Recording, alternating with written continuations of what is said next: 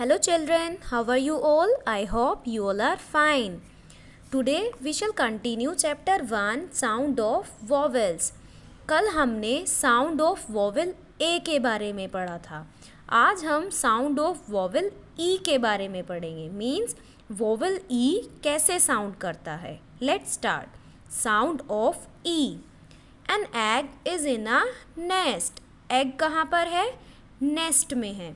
तो बच्चों आप यहाँ देख सकते हैं कि ई डबल जी में ई आपका वॉवेल है, तो accordingly E double G sound करेगा egg.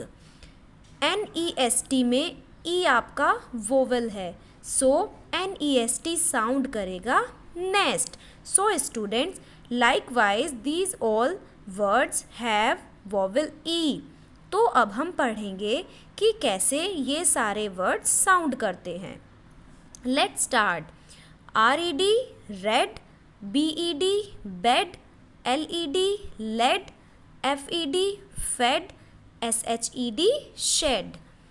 MEN men, DEN den, HEN hen, TEN ten, PEN pen.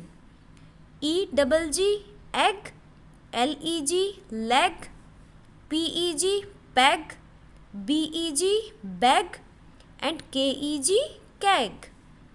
WELL well, FELL fell, SELL sell, YELL yell and TELL tell. So children, इस तरीके से vowel ई sound करता है.